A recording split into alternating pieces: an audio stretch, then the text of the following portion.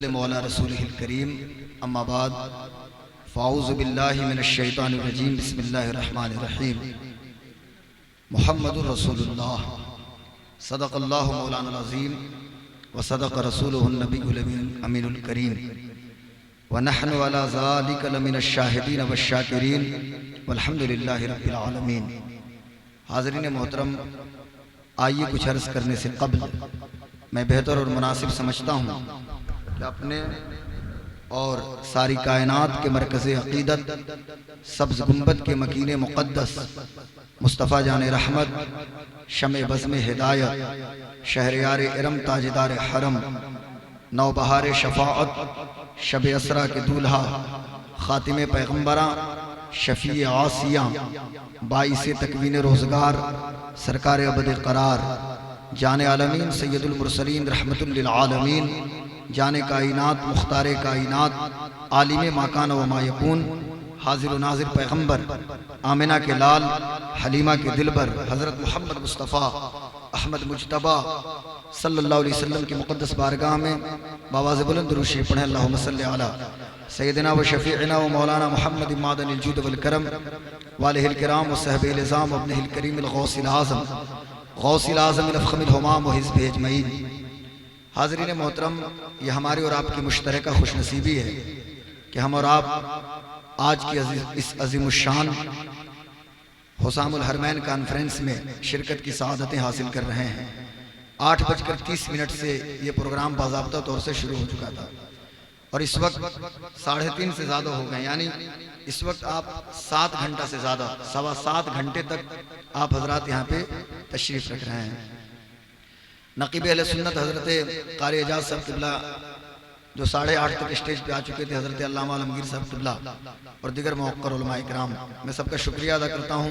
हमारे मुअज़्ज़ज़ जो शोरा तशरीफ़ लाए हज़रत इंजीनियर अरशद इक़बाल अशरफ़ी हाफिज़ तौसीफ़ और दीगर जितने भी शोरा किराम और ख़तीब अहले सुन्नत हज़रत अल्लामा मौलाना डॉक्टर ज़ाकिर हुसैन साहब क़िबला जो गया से तशरीफ़ लाए, हज़रत मौलाना इरशाद खान साहब क़िबला बरकाती, अमजद रज़ा नूरानी साहब क़िबला, दीगर मुअक्कर मुअज़्ज़ज़ उलमाए किराम तशरीफ़ लाए। हम इस कमेटी की जानिब से सबका शुक्रिया अदा करते हैं। साथ ही साथ आप देख रहे हैं हज़रत अल्लामा मौलाना मुफ्ती रियाज़ साहब क़िबला जो मेरे साथ 10 बजे से स्टेज पर मौजूद हैं, अज़ीज़म हाफिज़ सैफ रज़ा हाफिज़ शहाबुद्दीन साहब क़िबला और हज़रत सारे उलमाए किराम मौजूद हैं, हाफिज़ सरताज साहब क़िबला, ये सारे लोग थोड़ी देर बस अब हम लोग शरीक रहेंगे, फिर इंशाअल्लाह सलात व सलाम हो जाएगा। चूँकि 3:40 होगी, लेकिन फजर के वक्त का जो आगाज़ होगा ना, वो कितने बजे फजर के वक्त शुरू हो रहा है मालूम है आपको? नहीं 3:50 नहीं, हाँ 4:41 से फजर के वक्त की शुरुआत हो रही है। अब आपके पास 1 घंटा टाइम है फजर के वक्त की इब्तिदा में। इस वक्त आप जाएंगे तो नींद तो आ रही है, तो जब नींद आएगी तो बिस्तर पे जाएंगे तो सो जाएंगे, तो फजर की नमाज तो छूट जाएगी ना। कि जिस फजर का इंपोर्टेंस इतना ज़्यादा और इतनी अहमियत है कि सैयदा आयशा सिद्दीक़ा रज़ियल्लाहु तआला अन्हा से मरवी है, वो हदीस शरीफ फरमाती हैं कि अल्लाह के रसूल ने इरशाद फरमाया कि दुनिया और दुनिया में जितनी नेमतें हैं उससे बेहतर फजर की 2 रकअत सुन्नत है। ये फजर की इतनी अहमियत है, तो यहाँ से जाके फजर की नमाज पढ़ के आप सोएं तो ये बेहतर है। अल्लाह तबारक व तआला का बेपनाह फजल व एहसान है कि अल्लाह ताला ने हमें और आपको मुसलमान बनाया और हमारा और आपका कलमा ला इलाहा इल्लल्लाह मुहम्मदुर रसूलुल्लाह है। हम बड़े नसीब वाले लोग हैं, यही वजह है कि पूरी दुनिया में इस वक्त हमारे रास्ते में कांटा बिछाने की कोशिश की जा रही है और हमने भी यह अहद किया है कि इन्हीं पत्थरों पे चल के अगर आ सको तो आओ, मेरे घर के रास्ते में कोई कहकशां नहीं है। वो कश्मीर का इलाका हो या वो त्रिपुरा का इलाका हो, हमारे रास्तों में फूलों की सेज कोई नहीं बिछाएगा, बल्कि कांटों से हमारा इस्तकबाल किया जाएगा। लेकिन उस वक्त भी हमारी पोजीशन ये हो कि हम कहें कि इन्हीं पत्थरों पे चल के अगर आ सको तो आओ, मेरे घर के रास्ते में कोई कहकशां नहीं है। मैं कहाँ से आपको मिसाल दूँ? आइए ज़रा देखिए, अल्लाह के रसूल सल्लल्लाहु अलैहि वसल्लम के एक सहाबी हैं जिनका नाम हज़रत खुबैब है। कितनी मशक्क़तों से इस्लाम हम तक पहुँचा है आपको पता है? हमारे अब्बा मुसलमान थे, हमारे दादा मुसलमान, हमारी अम्मी मुसलमान, खाला मुसलमान, तो अब हमने कलमा पढ़ना शुरू कर दिया ला इलाहा इल्लल्लाह मुहम्मदुर रसूलुल्लाह। लेकिन इस्लाम का दर्द जानना है ना, तो आप मक्का में चलिए, हजरत बिलाल से पूछिए ना कसूर क्या था हजरत बिलाल का। सिर्फ कलमा पढ़ा था, ला इलाहा इल्लल्लाह मुहम्मदुर रसूलुल्लाह, गले में रस्सी डाल के मक्का की रेत पे उमैया इब्न खलफ और उसके गुंडे खींचा करते थे। बिलाल कलमा पढ़ना छोड़ दो, हम तुझे आज़ादी का परवाना दे देंगे। लेकिन बिलाल भी तो एक आशिक सादिक था ना, जिस्म पर तुम्हारा कब्जा हो सकता है, रूह तो मुस्तफ़ा जाने आलम के रुख अनवर का तवाफ कर रही है। ये पोजीशन ऐसा है।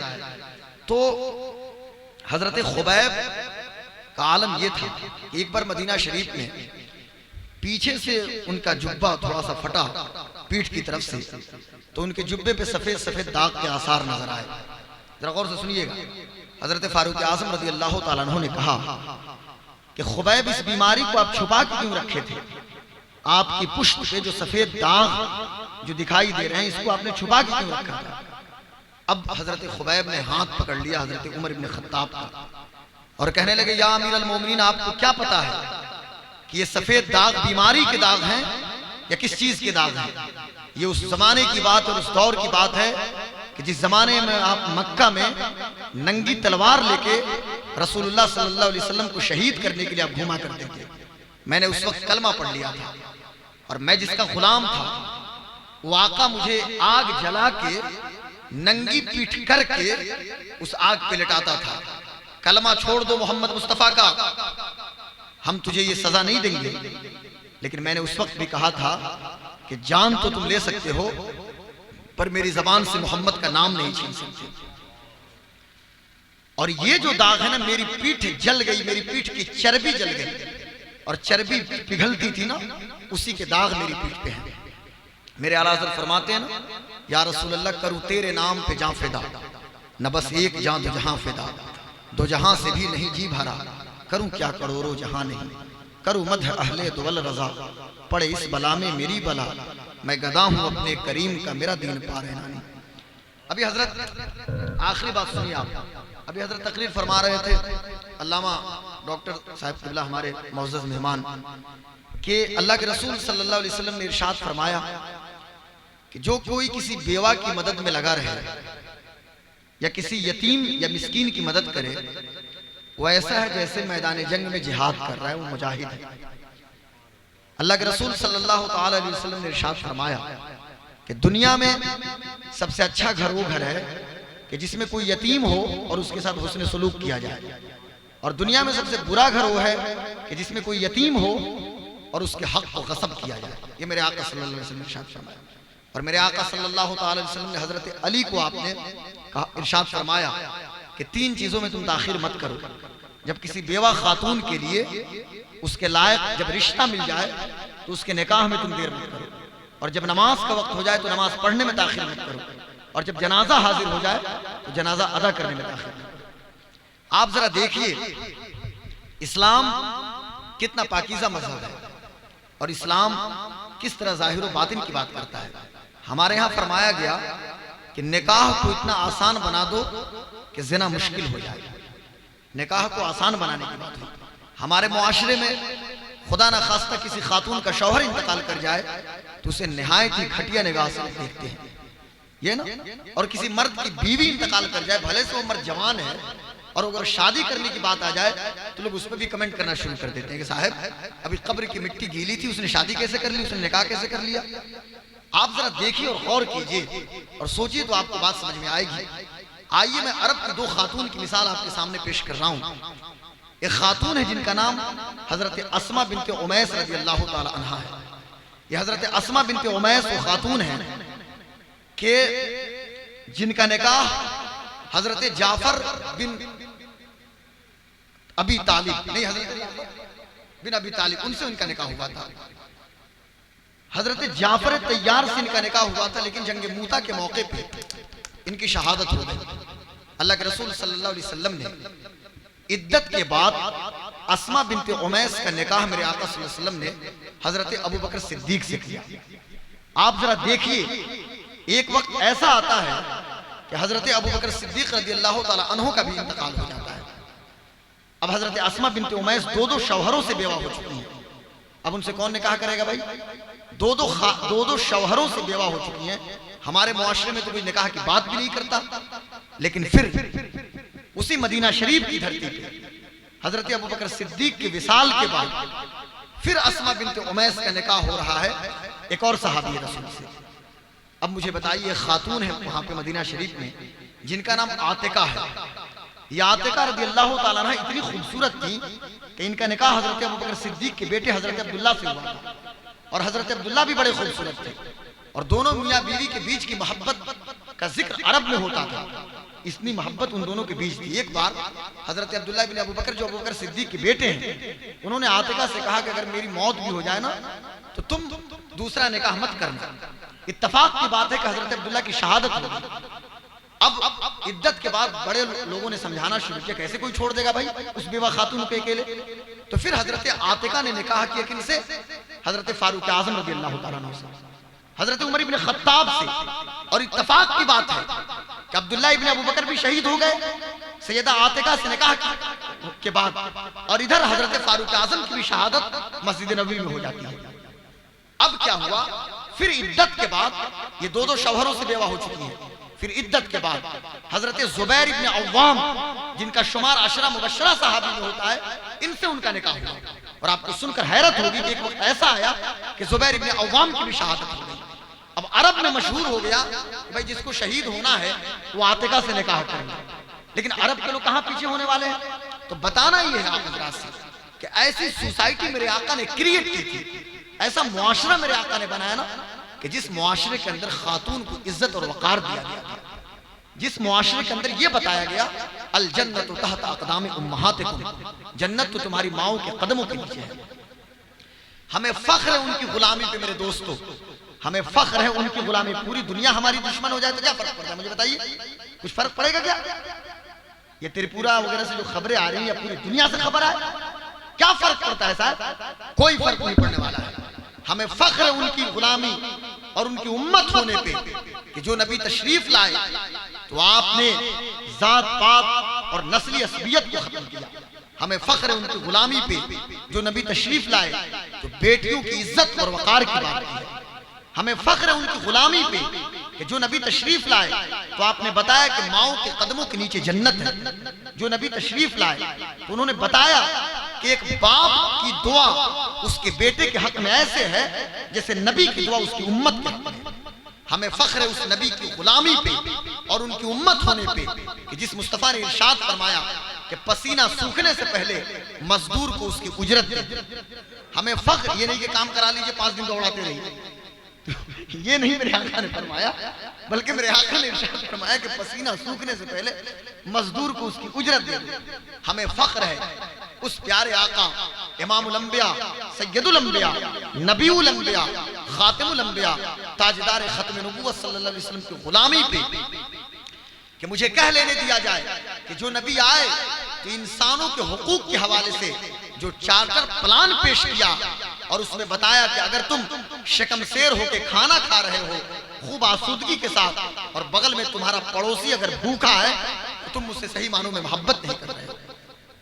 आप मुझे बताइए कि जो नबी तशरीफ लाए तो उन्होंने बताया कि जानवरों का हक क्या है, भाई भाई के बीच का रिश्ता क्या है, बहनों के हुकूक क्या है।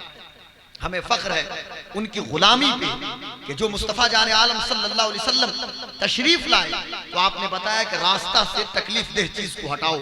यानी रास्ते पे जब हम चलते हैं ना तो रास्ते में जो तकलीफ देह चीजें होती हैं उसको हटाने की जरूरत है। और आज हमारे यहाँ क्या है भाई, सारा काम हम सड़क ही पे करेंगे। मुझे एक मिसाल देके मैं सलातो सलाम पढ़ने के लिए आपको खड़ा करूं कि जिस जमाने में हमारे मुल्क इंडिया में अंग्रेजों की हुकूमत थी, उस दौर की बात मैं आपके सामने पेश करने लगा हूं। एक पादरी, कलकत्ते की धरती की बात है, एक पादरी अपने ऑफिस से निकला। ईसाइयों का जो पादरी होते हैं ना उनके, वो ऑफिस से निकले, उनको अपने चर्च में जाना था, लेकिन एक लंबी सड़क थी, चौड़ी सड़क, उसको क्रॉस करके जाना था। जब चर्च में गए, शाम को वापस आए तो इन्होंने अपने असिस्टेंट से कहा, यार इतनी बड़ी सड़क है लेकिन इस सड़क से कोई नबी का सच्चा गुलाम नहीं गुजरा है, मुसलमानों का कोई सच्चा गुलाम, ये मुसलमानों के पैगंबर हजरत मोहम्मद मुस्तफ़ा सल्लल्लाहु अलैहि वसल्लम का सच्चा कोई गुलाम नहीं गुजरा है। असिस्टेंट ने कहा कि सर ये रास्ता तो चालू है, न जाने कितने लोग गुजरे होंगे। तो कहने लगा कि मुसलमानों के पैगंबर ने तो ये इरशाद फरमाया है कि रास्ते से तकलीफ देह चीज हटाना ईमान का निचला दर्जा है। मैं सुबह को अपने ऑफिस से अपने चर्च गया, शाम को आया, केले का छिलका मैंने सड़क पे देखा और अभी तक वो केले का छिलका मौजूद है। अगर कोई मुसलमानों के नबी का सच्चा गुलाम कोई गुजरता, अगर मोहम्मद मुस्तफा का कोई सच्चा दीवाना गुजरता, इस केले के छिलके को जरूर साइड कर देता। मुझे बताइए आप, इस्लाम क्या है?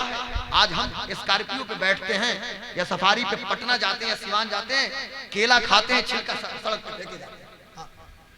और वो आदत मर्दों की भी है और हमारी बहनों की भी। उनको भी ये फुचका खाना है या कुछ भी खाना है ना, तो जो कुछ गंदगी ये सड़क पे फेंकती जाएगी। भाई सड़क पे गंदगी क्यों फेंक रही हो भाई? या सड़क पे हम क्यों गंदगी फेंकेंगे? सड़कों को आलूदा करना इस्लाम ये नहीं कहता, बल्कि इस्लाम जहां कपड़े की खूबसूरती की बात करता है ना, वहां पे इस्लाम ये भी कहता है ना कि सड़कों की भी सफाई। मेरी बात समझ रहे हैं ना? एक और बात सुनिए आप, हमारे पैगंबर ने तो ये इरशाद फरमाया कि अगर तुम पैसे वाले, तुम्हारे पास बहुत दौलत है ना, अगर यहां तक हमारे उलमा फरमाते हैं कि अगर आपके पास अनार खरीदने की ताकत है और बगल में कोई गरीब का बच्चा है, तो आप उसके सामने उस अनार को अपने बच्चे को ना दें। यहां तक कि आप अगर बाप हैं और कोई और बच्चा सामने मौजूद है जिसका बाप नहीं है, तो आप वहां पे अपने बच्चों को प्यार भी ना करें। आप अगर माँ हैं और वहां पे कोई ऐसा बेटा है या बेटी है कि जिसकी माँ नहीं है, तो आप बहैसियत माँ अपनी बेटी को प्यार वहां ना करें। इसलिए उन बच्चों और बच्चियों के सीने पे क्या गुजरेगा, काश मेरी अम्मी भी होती तो मुझे प्यार करती, काश मेरे अब्बू भी होते तो मुझे बेटा कहकर पुकारते।